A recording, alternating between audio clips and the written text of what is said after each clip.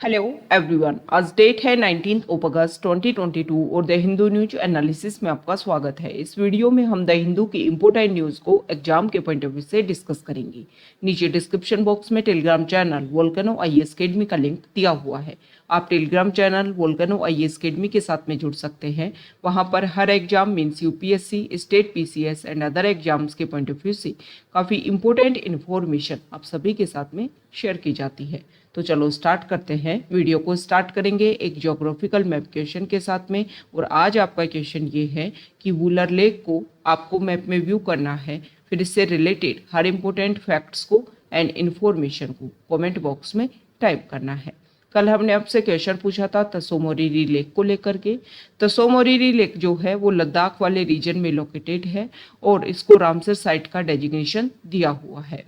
हमारे present time में India में कितनी रामसर साइट है ये आपको कमेंट बॉक्स में बताना है। द हिंदू को डिस्कस करने से पहले मेंटोरशिप प्रोग्राम के बारे में हम डिस्कस कर लेते हैं। वो एस्पायरेंट, वो स्टूडेंट जो 2023 में यूपीएससी का एग्जाम दे रहे हैं और सीरियसली इस एग्जाम को क्रैक करना चाहते हैं तो हमारे मेंटोरशिप प्रोग्राम के साथ में जुड़ सकते हैं। हमारे मेंटोरशिप प्रोग्राम में जो मेंटोर है वो आपके सिलेबस के अकॉर्डिंग डेली बेसिस पर आपको टारगेट देते हैं, फिर प्रीलिम्स और मेंस के बेसिस पर क्वेश्चन पूछ करके आपका उसका एवेल्यूशन करवाया जाता है उस टारगेट का, उस टॉपिक का। इसके अलावा टाइम टू टाइम रिवीजन के बेसिस पर भी जो आपके टेस्ट हैं वो यहाँ पर कंडक्ट करवाए जाते हैं। इसके और भी अदर फीचर्स जानने के लिए इस प्रोग्राम के आप हमारी वेबसाइट पर विजिट कर सकते हैं। और अगर आपको लगता है कि आपके टारगेट को अचीव करने में ये प्रोग्राम आपके लिए बेनिफिशियल है तो आप इस प्रोग्राम के साथ में जुड़ सकते हैं। द हिंदू को अगर हम डिस्कस करें तो फर्स्ट इंपॉर्टेंट न्यूज़ है फ्रंट पेज पर, और यहाँ पर महाराष्ट्र के कोस्टल वाले रीजन पर एक वेसल जो है वहाँ पर देखने को मिली सी एरिया में। तो इसको लेकर के दोबारा से लगने लगा कि जिस तरीके से 2008 में जो टेररिस्ट हैं वो सी रूट को फॉलो करते हुए हमारे इंडिया में एंटर किए थे और 26/11 जो अटैक हुआ 26 नवंबर 2008 को, उसके बेसिस पर ही यहाँ पर ये बोला जा रहा है कि हो सकता है कि टेररिस्ट एंगल जो है उसमें देखने को मिले। हालांकि महाराष्ट्र के जो डिप्टी सीएम हैं उन्होंने अभी इस चीज़ को लेकर के कोई कंफर्मेशन अपनी नहीं दी है। हालांकि उन्होंने ये बोला है कि जो भी इशू है, क्योंकि ये जो वेसल है इस पर वेपन इस तरीके की एक्टिविटी देखने को मिली है, तो इसको लेकर के जो भी होना चाहिए, जो भी इम्पोर्टेंट इन्फॉर्मेशन होनी चाहिए, जो भी इम्पोर्टेंट प्रोसीजर होना चाहिए, उन सभी को यहाँ पर फॉलो किया जा रहा है। ये जो इमेज है वो उड़ीसा स्टेट की है और यहाँ पर आपको देखने पर लग रहा है कि यहाँ पर जो है वो फ्लड जो है वो काफ़ी ज़्यादा हाई लेवल पर यहाँ की जो पॉपुलेशन है उसको इफेक्ट कर रही है। अभी प्रेजेंट टाइम में अगर हम देखें तो बे ऑफ बंगाल में लो प्रेशर क्रिएट हो रहा है, जिसकी वजह से बोला जा रहा है कि आने वाले टाइम में भी और ज़्यादा रेन जो है वो देखने को मिल सकती है, जिसकी वजह से फ्लड जो है वो काफ़ी ज़्यादा इफेक्ट करेगी। अभी प्रेजेंट टाइम में अगर हम देखें तो पेनिनसुलर इंडिया में जो भी इम्पोर्टेंट रिवर है उसमें इस तरीके की एक्टिविटी, इस तरीके की फ्लड जैसी सिचुएशन जो है वो देखने को मिल रही है। कल भी हमने गोदावरी रिवर के बारे में डिस्कस किया था कि जो इसका हाईएस्ट लेवल है उससे भी ज़्यादा मतलब डेंजरस स्टेज के टाइम में प्रेजेंट टाइम में फ्लो कर रही है साउथ इंडिया की रिवर, और उसका एक बेसिक रीजन है कि हैवी रेनफॉल वहाँ पर देखने को मिल रहा है।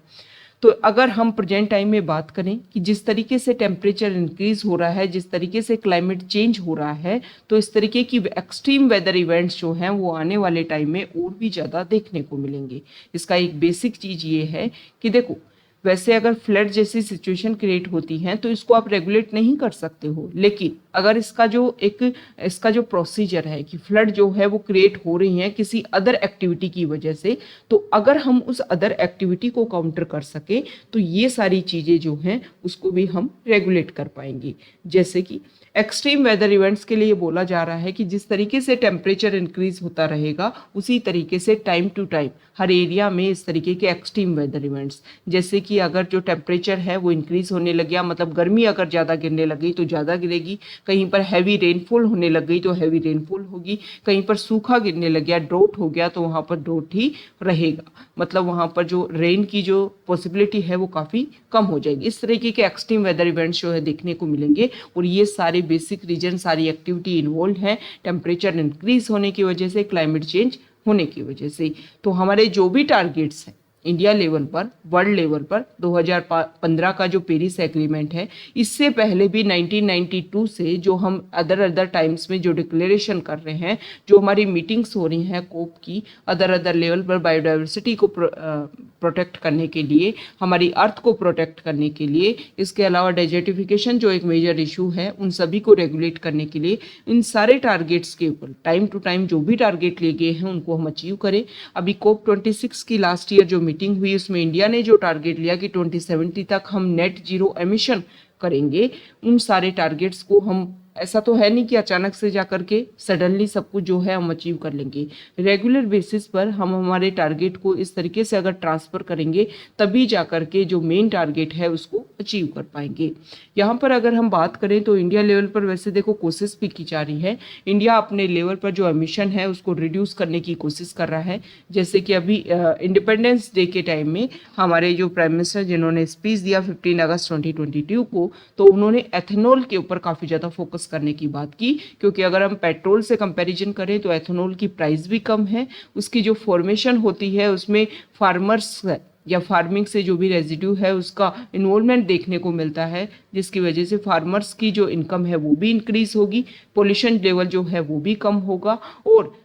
स्पेसिफिक अगर हम बात करें गल्फ कंट्रीज जहाँ पर हम पेट्रोल मींस जो हमारे फॉसिल फ्यूल्स हैं उनके लिए हम डिपेंडेंसी हमारी बहुत ज़्यादा है, उसको भी हम काफ़ी ज़्यादा डिक्रीज कर पाएंगे। और इंडिया का जो टारगेट है सेल्फ रिलायंट इंडिया बनने का, उसको भी हम अचीव कर पाएंगे। तो यहाँ पर जो हमने डिस्कशन किया उससे आपको पता चला होगा कि अगर एक एक्टिविटी होती है उसकी वजह से बहुत सारा इफेक्ट देखने को मिलता है। ओके, इसी तरीके का जो प्रोसीजर है, जब भी आप कोई आर्टिकल पढ़ो, जब भी कोई आप नई न्यूज़ पढ़ो, तो उसमें इस तरीके से रिलेट करने की कोशिश किया करो। जो भी इशू है उसको पॉलिटिकल बेसिस पर, सोशल बेसिस पर, एनवायरमेंट बेसिस पर, इंटरनेशनल लेवल बेसिस पर, इससे आपका जो आंसर है वो मल्टी डायमेंशनल होगा। और जब मल्टी डायमेंशनल होगा तो आपकी पर्सनैलिटी इस तरीके से शो करेगी कि आप किसी भी इशू को किस तरीके से, जब आप एडमिनिस्ट्रेशन में जाओगे तो किस तरीके से किस इशू को रिलेट करके उसको सोल्व कर पाओगे। ओके, तो मेंस आंसर राइटिंग में आपका जो आंसर है जो वो मल्टी डायमेंशनल होता है, तो उसका रिजल्ट जो है वो आंसर के फॉर्म में काफ़ी अच्छा देखने को मिलता है। तो जब भी कोई इशू, नया इशू डिस्कस आप करो किसी भी लेवल पर, तो उसमें अपनी जो आपकी जो इंटेलिजेंस है उसका यूज़ करने की कोशिश किया करो। हालांकि हम कोशिश करते हैं कि इस तरीके का इनपुट जो है वो टाइम टू टाइम आपको दिया जाए, ताकि आपकी एक बेसिक अवेयरनेस क्रिएट होती रहे कि किस तरीके से मेंस में आंसर लिखे जाते हैं। ओके, नेक्स्ट यहाँ पर जो आर्टिकल है, हमारे इंडिया के कुछ यूट्यूब चैनल और इसमें एक पाकिस्तान बेस्ड यूट्यूब चैनल भी था, उसको बैन कर दिया गया है इंफॉर्मेशन एंड ब्रॉडकास्टिंग मिनिस्ट्री के द्वारा। 7 Indian YouTube channel and 1 Pakistan based YouTube channel, इनके ऊपर ये आरोप, ये एलिगेशन लगे थे कि इंडिया की national security, foreign relation, public order को लेकर के कुछ डिस इन्फॉर्मेशन फैलाते थे। इनके चैनल्स पर काफ़ी ज़्यादा व्यूज़, काफ़ी ज़्यादा सब्सक्राइबर थे और एंटी इंडिया कंटेंट जो है उसको एक तरीके से स्प्रेड करने का काम ये जो है ये यूट्यूब चैनल कर रहे थे। ये जो कंटेंट है इसका पर्पज़ ये था कि हमारे इंडिया में जो भी रिलीजियस कम्युनिटीज़ हैं उनके खिलाफ में एक हेटर्ड जो है, एक हेटर्ड जो हेटर्ड से रिलेटेड जो भी एक तरीके से एनवायरनमेंट जो है वो क्रिएट किया जाए, और जो हमारी डाइवर्सिटी है जो हमारी कंट्री की, उसमें क्लैश क्रिएट करने की कोशिश की जा सके, इस तरीके का कंटेंट जो है ये प्रोवाइड करने की कोशिश करते थे। तो कंट्री की सिक्योरिटी के बेसिस पर इन चैनल्स को बैन किया गया है। नेक्स्ट इंपॉर्टेंट आर्टिकल, अभी रोहिंग्या इशू जो है वो काफ़ी ज़्यादा न्यूज़ में है, क्योंकि हमारे जो मिनिस्टर हैं, सेंट्रल मिनिस्टर, उन्होंने एक ट्वीट किया कि जो रोहिंग्याज हैं उनको EWS के जो फ्लैट बने हैं वहाँ पर उनको शिफ्ट किया जाएगा। फिर जो हमारी होम मिनिस्ट्री है उन्होंने यहाँ पर उसके बाद में जस्ट इसका कंफर्मेशन दिया कि वो इलीगल फॉरेनर्स हैं और उनको इस तरीके की कोई भी जो सुविधाएं हैं वो नहीं दी जाने वाली है। हम बांग्लादेश, म्यांमार के साथ में डिस्कशन कर रहे हैं कि जो रोहिंग्यास हैं उनको वापस से म्यांमार में ट्रांसफ़र किया जा सके। तो यहाँ पर दिल्ली के जो एजुकेशन मिनिस्टर है, डिप्टी CM है मनीष सिसोदिया, उन्होंने यूनियन होम मिनिस्टर को ये क्वेश्चनिंग की है कि कौन इसके ऊपर डिसाइड करेगा कि जो रोहिंग्या रेफ्यूजीज हैं उनको EWS फ्लैट दिए जाएंगे या नहीं दिए जाएंगे, इसके ऊपर कौन जो है वो अपना आंसर देगा। नेक्स्ट इंपॉर्टेंट आर्टिकल है, अभी जम्मू एंड कश्मीर में आप सभी को पता है कि डिलिमिटेशन कमीशन जो है उसके लिए काम हुआ। मतलब 2019 में जब बाइफर्केशन हुआ था जम्मू एंड कश्मीर स्टेट का 2 यूटीज में, उसके बाद में वहाँ पर लेजिस्लेटिव असेंबली के इलेक्शन कंडक्ट करवाने के लिए प्रोसीजर स्टार्ट करने की कोशिश की गई। तो वहाँ पर डिलिमिटेशन कमीशन ने जो सीट्स हैं उनको दोबारा से रीऑर्गेनाइज किया है। कुछ सीट्स को SC ST के लिए वहाँ पर एक तरीके से क्लेम किया है कि ये जो सीट्स हैं ये इनके लिए ही रिप्रेजेंटेबल रहेंगी। तो यहाँ पर अभी जो इलेक्शन जो यहाँ पर कंडक्ट करने की बात कर रही है, तो इलेक्शन कमीशन जो है जो आउटसाइडर्स जम्मू एंड कश्मीर में रह रहे हैं उनको भी वोटिंग करने का राइट जो है वो देने की बात कर रहा है। तो यहाँ पर जो पार्टीज है, जो वहाँ की रीजनल पार्टीज है, जैसे कि डॉक्टर फारूक अब्दुल्ला जो प्रेसिडेंट हैं वहाँ के गुपकार डिक्लेरेशन की, ये गुपकार डिक्लेरेशन क्या है, 2019 में जब इसको बाइफर्केशन किया गया था जम्मू एंड कश्मीर का और स्पेशल स्टेटस को रिमूव किया गया था, तब वहाँ की जो पार्टीज हैं उन्होंने मिलकर के एक अलायंस बनाया था और उसको गुपकार डिक्लेरेशन के नाम से जाना जाता है, people alliance for Gupkar declaration. और इसके प्रेसिडेंट है डॉक्टर फारूक अब्दुल्ला। तो उन्होंने जो सभी पार्टीज जो है उनके साथ में यहाँ पर डिस्कशन करने की बात की है कि इलेक्शन कमीशन का जो मूवमेंट है कि यूनियन टेरिटरीज में जो आउटसाइडर्स हैं उनको एज ए वोटर्स अगर यहाँ पर एनलिस्ट किया गया तो यहाँ के जो रीजनल लोगों की जो भी एक तरीके से उनकी जो भी विशेष है, जो भी उनके ऑब्जेक्टिव है वो कंप्लीट नहीं हो पाएंगे। तो यहाँ पर अपोज करने की बात की है कि हम अपोज करेंगे और जो पॉलिटिकल पार्टीज जो है ये जो मूव है, ये जो स्पेशल टारगेट है इस इलेक्शन कमीशन का, इसके खिलाफ में यहाँ पर वो अपना जो है डिस्कशन लेकर के आएंगे और किस तरीके से वो अब अपोज करेंगे इलेक्शन कमीशन को। इसके लिए बोलेंगे कि यहाँ की जो रीजनल जो पॉपुलेशन है, जो यहाँ के लोकल रेजिडेंट है, उन्हीं को ये पावर दी जाए कि वो ही वोटिंग राइट्स में पार्टिसिपेट कर सकें। नेक्स्ट इंपॉर्टेंट आर्टिकल है पेज नंबर 8 पर। यहाँ पर जो आर्टिकल है, तो आसाम स्टेट ने प्लान किया है कि 75 ईयर ऑफ इंडिपेंडेंस को हम सेलिब्रेट कर रहे हैं और इस टाइम आसाम गवर्नमेंट जो है वो 1000 यूथ को अंडमान एंड निकोबार आइलैंड में जो सेलुलर जेल है वहाँ पर लेकर के जाएंगी, ताकि जो हमारे यूथ है, आसाम गवर्नमेंट ने बोला है जो हमारा यूथ है उसमें नेशनलिज्म की जो स्पिरिट है वो इंक्रीज हो सके, उनको लगे कि जो हमने इंडिपेंडेंस जो गेन की है ना उसके लिए कितने फ्रीडम फाइटर्स ने कितने सेक्रीफाइस दिए होंगे, तब जा कर के ये हमें इंडिपेंडेंस मिली है। देखो ये अवेयरनेस तो आसाम गवर्नमेंट तो कर ही रही है, बल्कि जो हमारा यूथ है वो हर लेवल पर, हर स्टेट में, हर लेवल पर जहाँ पर भी यूथ है उसमें ये जो फीलिंग है वो स्प्रेड होनी चाहिए, तभी जा कर के हम हमारी कंट्री के लिए जो एक वैल्यूएबल जो कंट्रीब्यूशन है वो हम दे पाएंगे। हमारी जो ड्यूटीज़ हैं, हमारी जो रिस्पॉन्सिबिलिटीज़ हैं उनको हम प्ले कर पाएंगे। ये सारी जो जिम्मेदारी है वो सभी तभी हम ले पाएंगे जब हमें लगे कि इंडिपेंडेंस जो है वो काफ़ी मुश्किलों से हमें मिली है, ईजीली हमें इंडिपेंडेंस नहीं मिली है। बहुत से हमारे जो यूथ जो हमारी लाइफ, खुद की लाइफ में बहुत सारे एस्पायरेशन रखते होंगे, बहुत सारी विशेष रखते होंगे, बहुत सारे ऑब्जेक्टिव उनके होंगे, लेकिन उन्होंने उन सारी चीज़ों को छोड़ करके कंट्री के लिए अपना जो है कंट्रीब्यूशन दिया है। तो ये अवेयरनेस जो है वो कंप्लीट इंडिया का जो यूथ है उसमें होना ही चाहिए। तो यहाँ पर सेलुलर जेल की हम बात कर लेते हैं। काला पानी की सज़ा बोलते थे सेलुलर जेल को। ये जो सेलुलर जेल है उसमें हमारे इंडिया के बहुत सारे फ्रीडम फाइटर्स जैसे कि वीर सावरकर, बटुकेश्वर दत्त, सुशील दास गुप्ता, वरिंद्र कुमार घोष, इन सभी को यहाँ पर रखा गया था। ये जो सेलुलर जेल है इसमें इस तरीके से जो भी हमारे फ्रीडम फाइटर्स थे उनको इस तरीके से रखा जाता था कि उनकी जो आपस में कनेक्टिविटी थी वो भी नहीं हो पाती थी। मतलब बिल्कुल सेपरेशन में यहाँ पर जो पर्सन है वो रहता था और इस तरीके की जो सज़ा, पनिशमेंट जो है फ्रीडम फाइटर्स को दी जाती थी।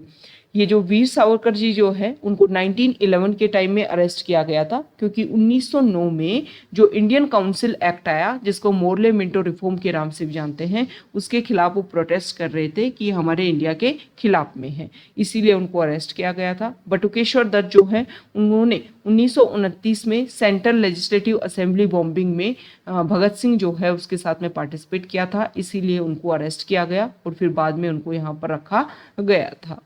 जो और भी अदर हमारे फ्रीडम फाइटर्स हैं उनकी भी किसी ना किसी कोई रिवोल्यूशनरी एक्टिविटीज़ में इनका इन्वॉल्वमेंट देखने को मिला होगा और इसी के बेसिस पर उनको अरेस्ट किया गया होगा। तो यहाँ पर आज़ादी का अमृत महोत्सव, उसी को सेलिब्रेट करने के लिए, स्पिरिट ऑफ नेशनलिज्म को इंक्रीज करने के लिए ये सारी जो एक्टिविटी है वो करवाई जाएगी आसाम गवर्नमेंट के द्वारा। नेक्स्ट इंपॉर्टेंट आर्टिकल है, यहाँ देखिए एडिटोरियल पेज पर, यहाँ जो फर्स्ट आर्टिकल है वो रोहिंग्या इशू को लेकर के ही है कि रोहिंग्या इशू पर किस तरीके से जो हमारे मिनिस्टर हैं urban development minister Hardeep Singh Puri, उन्होंने अपना स्टेटमेंट दिया कि 1100 रोहिंग्या माइग्रेंट जो हैं उनको हाउस दिया जाएगा, मतलब उनको एक बेटर लाइफ देने की कोशिश की जाएगी। लेकिन उसके बाद में जो हमारे होम मिनिस्ट्री है उन्होंने यहाँ पर आंसर दिया कि जो इलीगल फॉरेनर्स हैं इनको इस तरीके की एडवांटेज देने की कोई भी इंटेंशन नहीं है। तो ये आर्टिकल में बताया गया है कि देखो जो मिनिस्टर ने जो बात बोली कि किसी भी इस तरीके से जो भी लोग हमारे इंडिया में रह रहे हैं, और रोहिंग्यास के बारे में तो अगर हम बात करें तो यूनाइटेड नेशन ने उनके बारे में बोला है कि पूरे वर्ल्ड में सबसे ज़्यादा मोस्ट परसिक्यूटेड माइनॉरिटी के रूप में रह रहे हैं प्रेजेंट टाइम में रोहिंग्या मुस्लिम। 2012 से 2017 के टाइम में म्यांमार में सबसे ज़्यादा इशू देखने को मिला, और जब उनके खिलाफ में इस तरीके की एट्रोसिटी क्रिएट हुई म्यांमार में तो वहाँ से निकल करके अदर कंट्रीज़ में जाने लग गई। सबसे ज़्यादा जो इसमें इफेक्ट हुआ है वो म्यांमार के रीजनल एरिया में जो है बांग्लादेश, थाईलैंड, ये कंट्री जो है इनमें बहुत सारी संख्या में रोहिंग्यास जो हैं वहाँ पर गए हैं। देखो यहाँ पर ये बोला जाता है कि रोहिंग्यास जो है वो काफ़ी लंबे टाइम से, लगभग 8 सेंचुरी से म्यांमार वाले रीजन में रह रहे थे, लेकिन फिर भी उनको सिटीजनशिप वाले राइट्स नहीं दिए गए जब 1982 में इन राइट्स को एस्टेब्लिश किया गया। और इसी के खिलाफ में ये बोला गया कि आप जो है, वैसे जो रोहिंग्यास हैं वो म्यांमार का एक इंटीग्रल पार्ट है, लेकिन उनके खिलाफ में इस तरीके की एट्रोसिटीज देखने को मिली कि आप जो हैं वो म्यांमार के इंटीग्रल पार्ट में नहीं हो, आप म्यांमार की एक पॉपुलेशन में काउंट आपको नहीं किया जाता है, और इसीलिए उनको निकल कर ये दूसरी जगह अपने आप को एस्टेब्लिश करना पड़ा। तो यहाँ पर जो हमारी यूनियन होम मिनिस्ट्री है उन्होंने आंसर दिया है कि हम जो हैं बांग्लादेश, म्यांमार, इनके साथ में डिस्कशन कर रहे हैं कि जो भी इलीगल माइग्रेंट्स हैं, इलीगल फॉरेनर्स हैं एज रोहिंग्यास, उनको दोबारा से ट्रांसफ़र कर दिया जाए। तो यहाँ पर जो राइटर है, जो आर्टिकल है, उसमें इम्पोर्टेंट बात रखी गई है कि हमारे इंडिया का तो एक मेन ऑब्जेक्टिव है वसुधैव कुटुंबकम, कि ये जो संपूर्ण अर्थ है वो सभी के लिए घर है और सभी जो है वो कहीं पर भी इजीली रह सकते हैं। ऐसा हमारा इंडिया मानता है कि सभी लोग जो है, पूरे वर्ल्ड के जो लोग हैं वो हमारे परिवार की तरह, फैमिली की तरह हैं। तो यहाँ पर इस आर्टिकल में बताया गया है कि जो हमारे ऑब्जेक्टिव है उसको हमने सर्व करने की कोशिश यहाँ पर नहीं की है, और हमें ये कोशिश करनी चाहिए कि जो लोग इतने परेशान हैं उनके लिए हम जब वो घर लौटे उससे पहले उनको इस तरीके की फैसिलिटीज़ हम प्रोवाइड करें, कम से कम उनकी लाइफ को एक बेटर स्टैंडर्ड तक ले जाने की हम कोशिश कर सकते हैं। ओके, नेक्स्ट इंपॉर्टेंट आर्टिकल जो है, देखो फ्रंट पेज पर एक आर्टिकल, एक न्यूज़ जो है वो रह गई, और ये जो न्यूज़ है वो रिलेटेड है अभी प्रेजेंट टाइम में जो फीफा जो है उन्होंने हमारे इंडिया का AIIF जो है, मतलब फुटबॉल फेडरेशन को बैन कर दिया है। उसके ऊपर कुछ रिस्ट्रिक्शन लगाए हैं, क्योंकि ये बोला गया है कि जो भी आपका जो ऑर्गेनाइजेशन है उन्होंने यहाँ पर कोई डिस्कशन नहीं किया, बल्कि उनके बाहर से एक तरीके से जो अदर कमेटीज़ हैं वो यहाँ पर अपना रूल्स एंड आंसर देने की कोशिश कर रहे हैं, कमेटी ऑफ एडमिनिस्ट्रेटर, और ये बात डिसाइड की गई थी जुडिशरी के द्वारा। तो अभी प्रेजेंट टाइम में जो है वो इंडियन ओलंपिक एसोसिएशन को लेकर के भी, उसके अफेयर्स को लेकर के भी कमेटी ऑफ एडमिनिस्ट्रेशन की बात की जा रही है। तो यहाँ पर यह बोला गया है कि जिस तरीके से, क्योंकि जब भी इस तरीके से जैसे कि ओलंपिक एसोसिएशन है पूरे वर्ल्ड लेवल पर, उसको रिप्रेजेंट इंडिया में भी कोई ओलंपिक एसोसिएशन करता होगा, हमारी इंडिया की भी कोई बॉडी होगी जो ओलंपिक से रिलेटेड जो भी इश्यूज हैं, जो भी प्रॉब्लम्स हैं, जो भी गेम्स हैं, जो भी इवेंट्स हैं, उन सभी में पार्टिसिपेट करने का जो प्रोसीजर है वो फॉलो किया जाता होगा। तो अब यहाँ पर जुडिशरी के द्वारा कमिटीज़ ऑफ एडमिनिस्ट्रेटर की बात की जा रही है। तो इस तरीके से जो अदर कमिटीज़ यहाँ पर रिकमेंडेशन की जाती है, तो ये माना जाता है, ओलंपिक एसोसिएशन इसको ये मानेगा कि जो भी इशू है इसमें बाहर से इन्फ्लुएंस करने की कोशिश की जा रही है किसी अदर कमिटीज़ के द्वारा। तो इसी के बेसिस पर जो है वो हो सकता है कि आने वाले टाइम में इंडियन ओलंपिक एसोसिएशन के ऊपर भी कुछ रिस्ट्रिक्शन देखने को मिले, जैसे कि सेम इसी तरीके से फीफा ने एआईएएफ के ऊपर रिस्ट्रिक्शन लगाए हैं, क्योंकि वहां पर भी इसी तरीके की जो कमिटीज हैं उसकी रिकमेंडेशन की बात की गई थी। तो देखो, इस तरीके से रिस्ट्रिक्शंस अगर लगते हैं तो हमारे इंडिया की जो एक वैल्यूएबल जो इमेज हमने शो की है और जो भी इम्पोर्टेंट इवेंट्स को हम होस्ट करके स्पोर्ट्स में अपनी जो वैल्यू है उसको इंक्रीज करने की कोशिश कर रहे हैं, लेकिन अगर इस तरीके का रिस्ट्रिक्शन देखने को मिला तो वर्ल्ड लेवल पर इंडिया की जो इमेज है उसमें काफ़ी ज़्यादा इफेक्ट देखने को फिर मिलेगा। और इसकी वजह से आने वाले टाइम में जो भी स्पोर्ट्स इवेंट्स हैं जिसको इंडिया कंडक्ट करवाना चाहता है टाइम टू टाइम, उसमें जो है वो इशू क्रिएट हो सकते हैं। तो इस तरीके की जो प्रॉब्लम है उनको सॉल्व करने की कोशिश करनी चाहिए, और जिस एसोसिएशन से डेजिग्नेशन हमने कर रखा है या रिलेशन जो है, उसी एसोसिएशन के थ्रू उस प्रॉब्लम को रेगुलेट करने की कोशिश करनी चाहिए। नेक्स्ट इंपॉर्टेंट आर्टिकल है एडिटोरियल पेज पर, और यहाँ पर जो राइटर हैं उन्होंने, यहाँ देखिए,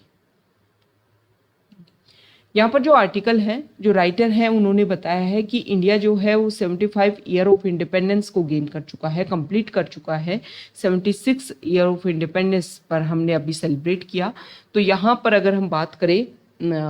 इस आर्टिकल में जो है इंडिपेंडेंस डे, 76 इंडिपेंडेंस डे जो है, ओके।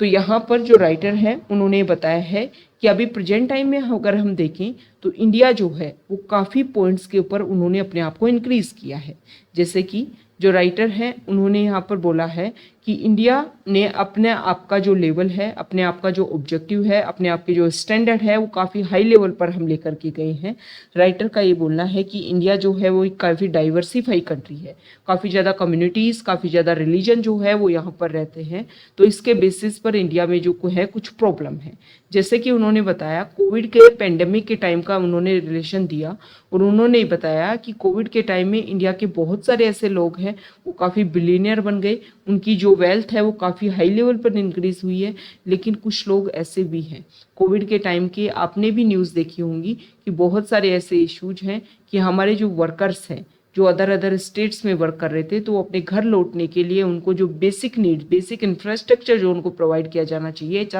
वो भी उनको प्रोवाइड नहीं हो पाया था। तो एक डिफरेंस है हमारे इंडिया में पुअर एंड रिच पर्सन के बीच में, हमारी सोसाइटी में जो लोग हैं, सोसाइटी में जो फैक्शन है उनके बीच में। और ये जो सेपरेशन जो है अलग अलग ग्रुप में, वो टाइम के साथ में इंक्रीज होता जाएगा अगर उनके ऊपर फोकस नहीं किया गया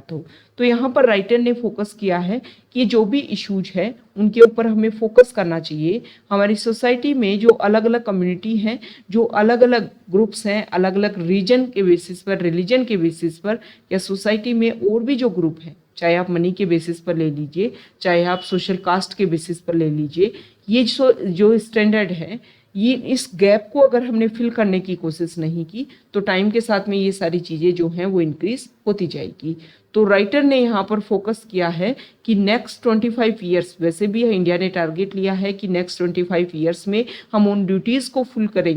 फिल करने की कोशिश करेंगे, ताकि 100 ईयर ऑफ इंडिपेंडेंस जब हम सेलिब्रेट करें तो इंडिया जो है वो डेवलप्ड कंट्रीज़ के रूप में अपने आप को एस्टेब्लिश कर पाए। हमारे प्राइम मिनिस्टर ने भी अपने स्पीच में बहुत सारे पॉइंट्स उन्होंने बताए कि जिन जिन पॉइंट्स के ऊपर हम काम कर सकते हैं। तो यहाँ पर राइटर ने बताया है कि ये जो भी सोसाइटी में जो गैप देखने को मिलता है उसको हमें फिल करना होगा, और फिल हम करेंगे कि जो भी हमारी सोसाइटी के जो लोअर कास्ट या लोअर कम्युनिटी से जो लोग आते हैं उनकी लाइफ ऑफ स्टैंडर्ड को हम इंक्रीज करें। लाइफ ऑफ स्टैंडर्ड को कब इंक्रीज किया जा सकता है कि जब उनके लिए जो भी एज ए वेजेस रिफॉर्म जो है वो लाई जाएं। तो यहाँ पर राइटर ने जो लेबर रिफॉर्म्स लास्ट ईयर जो किए गए उनके बारे में बताया गया है कि इंडिया में जो भी लेबर कोड हैं उनको 4 पार्ट में डिवाइड कर दिया गया है। अब इन लेबर कोड से रिलेटेड जो भी बेसिक प्रोविजन है वो हमें इम्प्लीमेंट करने चाहिए, ताकि जो इशू है, ताकि जो गैप है उसको हम फिल कर पाए। नेक्स्ट यहाँ पर जो आर्टिकल है फ्री बाइज को लेकर के यहाँ पर क्वेश्चन किया गया है पेज नंबर 11 पर। यहाँ पर 2 एमिनेंट पर्सनैलिटीज इनसे क्वेश्चन किया गया है कि फ्री बाइज जो है उनको हम किस तरीके से लिमिट कर सकते हैं। तो यहाँ पर क्वेश्चन किया गया कि फ्री बाइज जो है आप उसको किस तरीके से रेगुलेट करोगे। तो एक इम्पोर्टेंट बात ये है कि देखो, बहुत बार हमारी जो गवर्नमेंट है वो हमें क्या देती है, फ्री इलेक्ट्रिसिटी देती है। जैसे कि आप कई स्टेट्स में देखोगे कि जैसे जैसे बहुत सारी ऐसी टाइम होता है कि वहाँ पर इतने यूनिट तक जो है वो बिजली आपके लिए फ्री है। ठीक है, अगर आपने मान लो हम एग्जाम्पल के थ्रू समझने की कोशिश कर रहे हैं कि मान लो किसी स्टेट में इस तरीके के रूल्स एंड रेगुलेशन बना रखे हैं कि अगर आपके महीने में आपने 100 यूनिट जो बिजली की, लाइट की, इलेक्ट्रिसिटी की आपने कंज्यूम की, तो आपका जो बिल है वो फ्री रहेगा, आपको कोई भी बिल पे नहीं करना होगा। अब इस चीज को लेकर के आप दो स्टैंडर्ड मानिए। कोई पर्सन इसको क्या मानेगा कि गवर्नमेंट जो है वो फ्री वाइज देने की कोशिश कर रही है लोगों को इन्फ्लुएंस करने के लिए। ठीक है, और इस फ्री वाइज के थ्रू जो है वो इलेक्शन में, नेक्स्ट जो इलेक्शन होंगे उसमें अपने अकॉर्डिंग जो पॉपुलेशन को मॉडिफाई करने की कोशिश कर रही है। लेकिन दूसरी तरफ अगर हम देखें सोसाइटी के अदर पार्ट को, जिनकी इनकम जो है वो काफ़ी कम है और वो बिजली का जो बिल है वो पेमेंट नहीं कर पाते हैं टाइम टू टाइम, जिसकी वजह से पहले भी उनके काफ़ी ज़्यादा इशू हुए, उनका जो भी मीटर कनेक्शन है वो काट दिया जाता है। तो इसी को सॉल्व करने के लिए कि उन लोगों को इलेक्ट्रिसिटी प्रोवाइड भी हो सके, उनकी जो डेली लाइफ है उसमें वो यूज़ भी कर सके और उनके ऊपर जो इकोनॉमिक बर्डन है वो भी क्रिएट ना हो सके।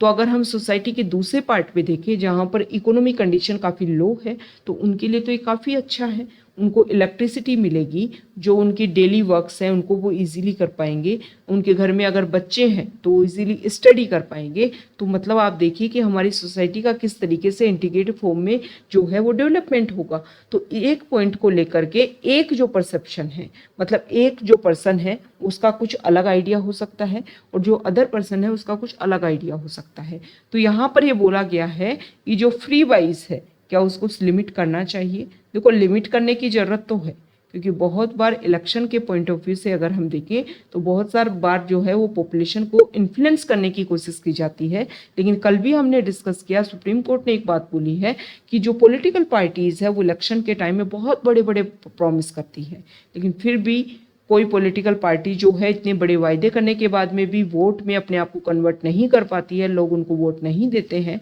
मतलब सीधी सी बात ये है कि हमारी जो पॉपुलेशन है वो फ्री वाइज के बेसिस पर तो इन्फ्लुएंस नहीं होती है। तो हमें क्या करना चाहिए, ये जो सोशल सिक्योरिटी जो स्कीम्स हैं इनके बेसिस पर जो फ्री वाइज देने की कोशिश कर दी जाती है, इनको तो हमें कंट्रोल नहीं करना चाहिए। लेकिन इलेक्शन के टाइम में जो इस तरीके के जो भी प्रॉमिस किए जाते हैं पॉलिटिकल पार्टीज़ के द्वारा, उनको रूल्स एंड रेगुलेशन में रखने की ज़रूरत है, ताकि उनको अगर देखो ये क्वेश्चन होना चाहिए कि पॉलिटिकल पार्टीज अगर उन फ्री वाइज के अकॉर्डिंग काम ना करे तो ये रिस्पॉन्सिबिलिटी फिर अगर वो मान लो पॉलिटिकल पार्टीज ने वायदे किए कि हम जो है अगर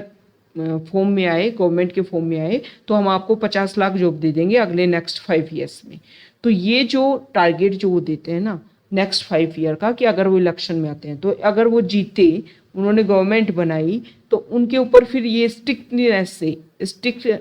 फॉर्म में ये इम्प्लीमेंट होना चाहिए कि वो अपने टारगेट को फिर इम्प्लीमेंट करने की कोशिश भी करें। ताकि इससे क्या होगा कि अगर इसको लेकर के रूल्स एंड रेगुलेशन बनाएंगे तो नेक्स्ट जब इलेक्शन होंगे ना, तो उसमें जो भी पॉलिटिकल पार्टीज हैं वो अपने प्रॉमिस इस तरीके से करेंगे कि जिनको वो अचीव कर सकते हैं या फिर नहीं कर सकते हैं।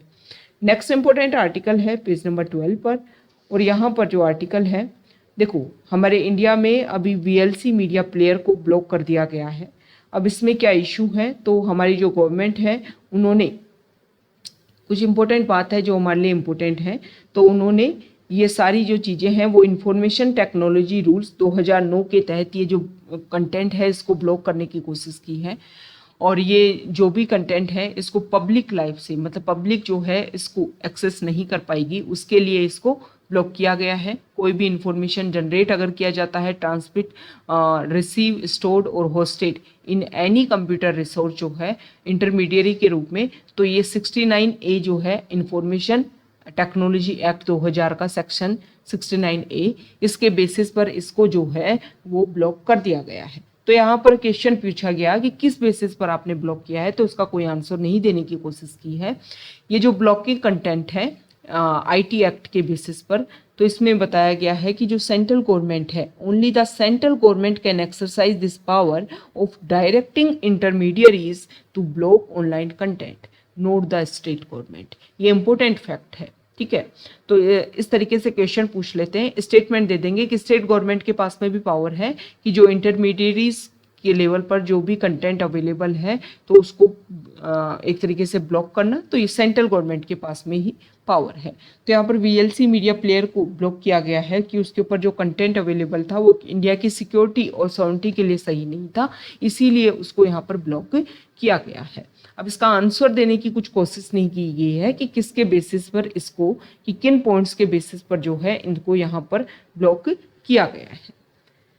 नेक्स्ट इंपॉर्टेंट आर्टिकल है पेज नंबर 14 पर। हमारे यूनियन होम मिनिस्टर जो हैं उन्होंने